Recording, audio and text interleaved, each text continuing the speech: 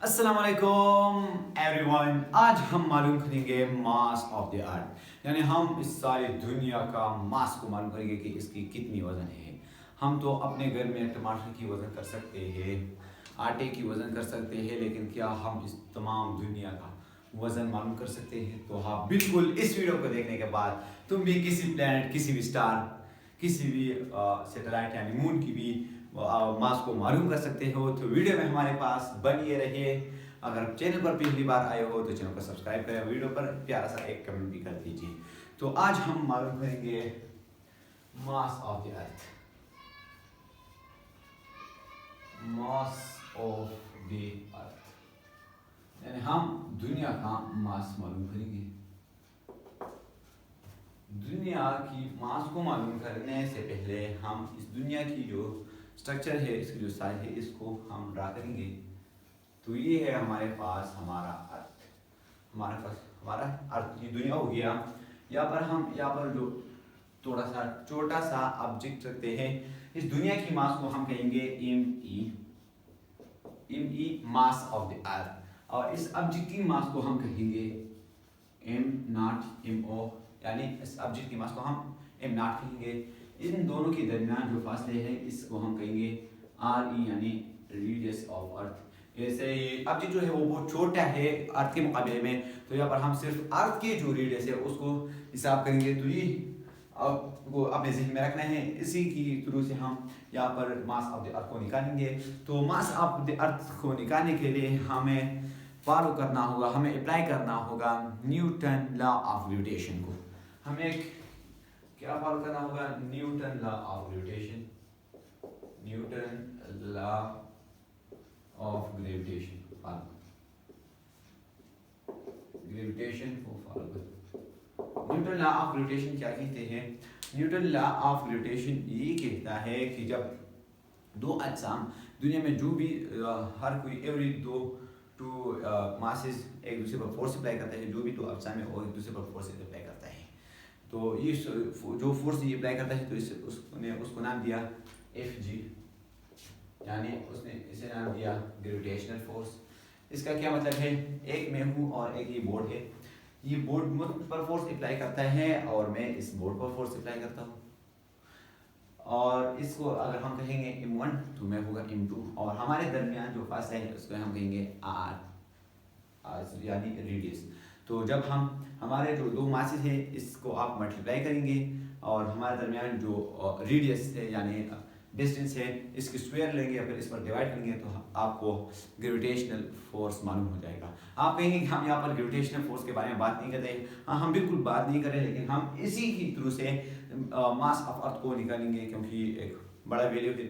तो हमारे पास हो जाएगा ये G M1 यानी बोर्ड, M2 में R स्क्वायर, हम R स्क्वायर हमारे दरमियान जो फासला था। तो ये हो गया हमारे पास इक्वेशन नंबर 1, और ये है mathematical form of Newton law of gravitation. अगर हम यहाँ पर देखें तो if G is equal to gravitational force is equal to G, ये कांस्टेंट है, ग्रेविटेशनल कांस्टेंट इसे कहते हैं।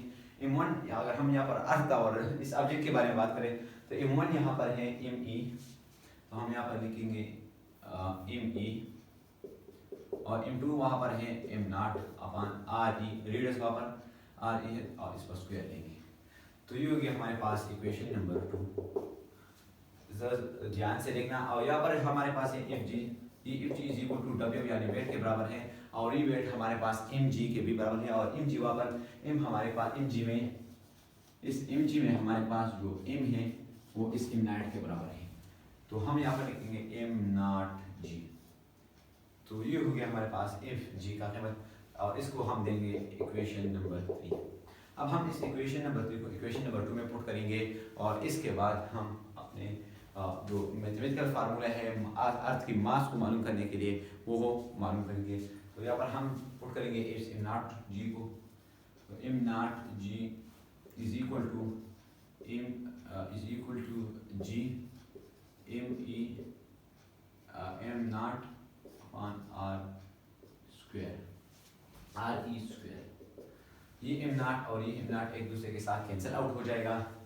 रिजल्ट में हमारे पास आ जाएगा G is equal to G M upon R E square. अगर हम इसमें थोड़ा सा अरेंजमेंट करें, इसे रीअरेंज करें, तो हमारे पास ये हो जाएगा G R E square is equal to G M E. इस ग्रेविटेशन कांस्टेंट को यहाँ पर हम डिवाइड की जगह लाएंगे, तो यहाँ पर हो जाएगा G R E square divide by G is equal to M E. तो ये हो गया हमारे पास फार्मूला। इसके ज़रिए आप कोई भी सैटेलाइट यानी मून, स्टार या किसी भी प्लैनेट के मास को मालूम कर सकते हैं। हम यहाँ पर दुनिया की यानी अर्थ की मास को मालूम करेंगे, तो हमारे पास ये है जी, ये ग्रेविटी है, ये ग्रेविटेशनल कांस्टेंट है और ये रेडियस है। तो अगर हम बात करें जी की वैल्यू के बारे में, तो वो है 9.8 मीटर पर सेकंड स्क्वायर। अगर हम ग्रेविटेशनल कांस्टेंट के बारे में बात करें, तो वो है G.6 न्यूटन मीटर स्क्वायर पर किलोग्राम स्क्वायर। और तीसरा है आर ई, यानी आर ई हमारे पास बराबर है 6.4 मीटर। आर ई यानी ई वाला, तो ये इसका बराबर है। अब हम इस तीनों वैल्यूज को इस इक्वेशन में पुट करेंगे। इस इक्वेशन को पुट करने के बाद हमारे पास आ जाएगा मास ऑफ द अर्थ। तो ये हो जाएगा mass of the earth is equal to, ये इनको मैंने यहाँ पर लेफ्ट हैंड साइड की तरफ, तो जी हमारे पास है 9.8 ज़रबी 9.8 ज़रबी रेडियस जो हमारे पास है 6.4 ज़रबी 10 मीटर। अगर हम इस फार्मूले में देखें तो इस पर यहाँ स्क्वायर है, तो हम इस पर भी स्क्वायर लेंगे और डिवाइड बाय ग्रेविटेशनल कांस्टेंट हमारे पास है 6.6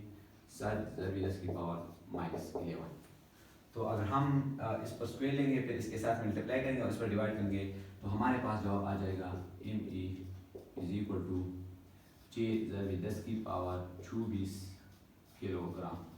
तो अर्थ की जो मास है वो है 6×10⁻24 किलोग्राम। ये है हमारे पास हमारी अर्थ की मास। अगर आपको किसी भी और प्लैनेट की मास चाहिए, उसकी ये अदद चाहिए, तो आप कमेंट में बता सकते हैं। उसका नाम लिखो, चाहे वो नेपच्यून हो, मार्स हो, सन, जो भी हो। और वीडियो को लाइक करके चैनल को सब्सक्राइब करें। अस्सलाम।